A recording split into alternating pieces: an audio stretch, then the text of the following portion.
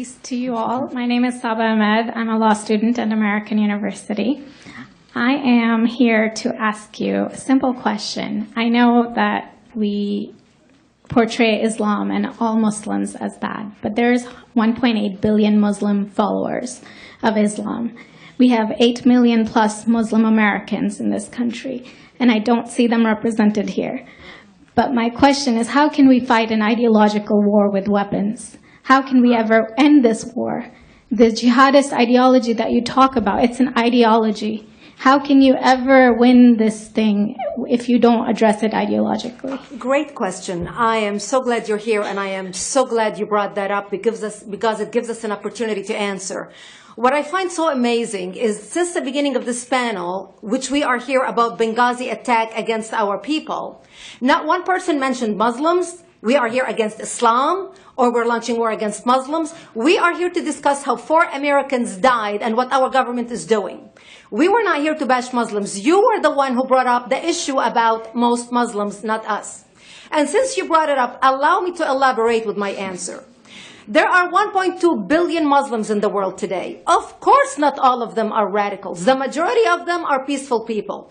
The radicals are estimated to be between 15 to 25%, according to all intelligence services around the world. That leaves 75% of them peaceful people. But when you look at 15 to 25% of the world Muslim population, you're looking at 180 million to 300 million people dedicated to the destruction of Western civilization. That is as big as the United States. So why should we worry about the radicals, 15 to 25%?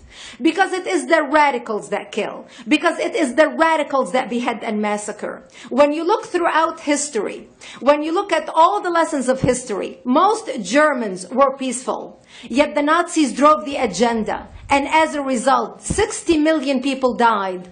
Almost 14 million in concentration camps. 6 million were Jews. The peaceful majority were irrelevant. When you look at Russia, most Russians were peaceful as well. Yet the Russians were able to kill 20 million people. The peaceful majority were irrelevant. When you look at China, for example, most Chinese were peaceful as well. Yet the Chinese were able to kill 70 million people. The peaceful majority were irrelevant. When you look at Japan prior to World War II, most Japanese were peaceful as well. Yet Japan was able to butcher its way across Southeast Asia, killing 12 million people, mostly killed with bayonets and shovels. The peaceful majority were irrelevant. On September 11th in the United States, we had 2.3 million Arab Muslims living in the United States. It took 19 hijackers, 19 radicals to bring America down to its knees, destroy the World Trade Center, attack the Pentagon, and kill almost 3,000 Americans that day. The peaceful majority were irrelevant. So for all our powers of reasons and us talking about moderate and peaceful Muslims, I'm glad you're here. But where are the others speaking out? And since you are the only Muslim representative,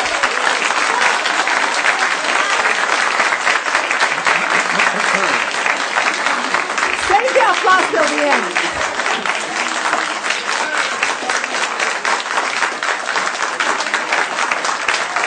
Thank you.